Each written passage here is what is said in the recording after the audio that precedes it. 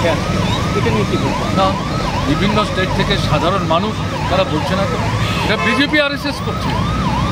বাংলা ভাষায় কথা বললেই বলছে এরা বাংলাদেশের মানুষ, এবং এদের মধ্যে বিশেষ করে তারা খুঁজবার চেষ্টা করে যারা মুসলিম।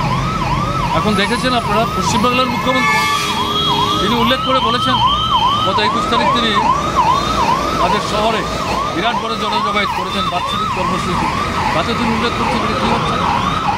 আমাদের রাজ্যে এই জিনিস করবার জন্য কোনো কোনো সংগঠন এই স্লোগান তুলবার চেষ্টা করছে। আরে মুসলিম অংশের মানুষ, বাংলা ভাষা তার মাতৃভাষা, সেই ভাষায় কথা বললেই সে বাংলাদেশি হয়ে গেল, এটা কি স্থিতি, কী হচ্ছে?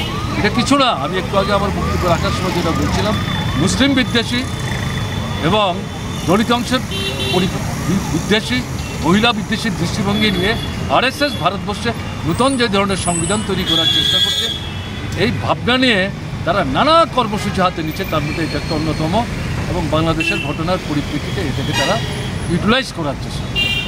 এটা তো ঠিক না, আমরা এটা সমর্থন করি, আমরা প্রতিবাদ করি।